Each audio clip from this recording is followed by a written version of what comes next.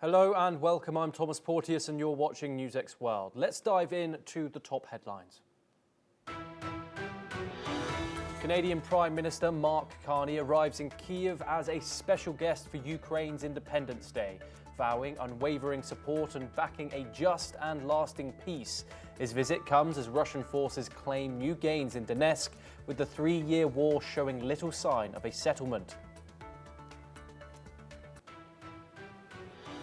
Russia says a Ukrainian drone strike damaged a transformer at the Kursk nuclear power plant, starting a fire that was quickly put out with no casualties or radiation leaks reported.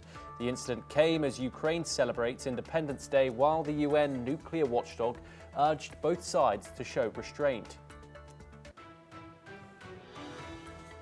Now in the United States, Illinois governor justifying the move.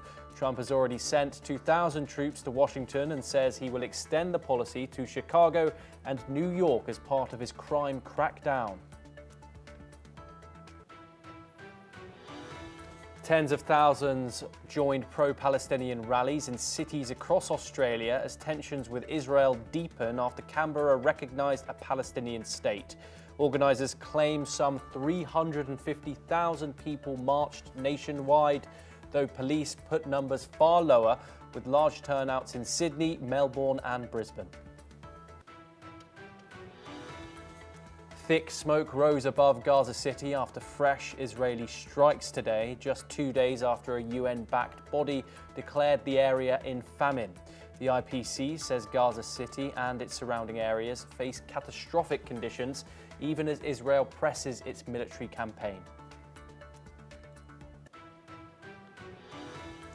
Former Defence Minister Benny Gantz has called on Prime Minister Benjamin Netanyahu to form a unity government with opposition members to secure the release of hostages in Gaza.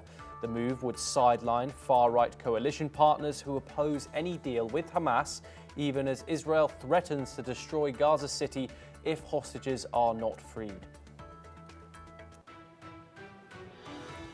After Trump's deployment of troops in the US Capitol, hundreds of National Guards were posted on the National Mall, posing for selfies and mingling with tourists, despite it being one of the safest parts of Washington.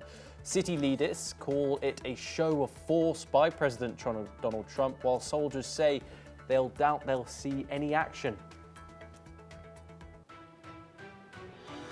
The British government plans to create a new independent body to speed up asylum appeals as it moves to reduce reliance on hotels for migrants awaiting rulings.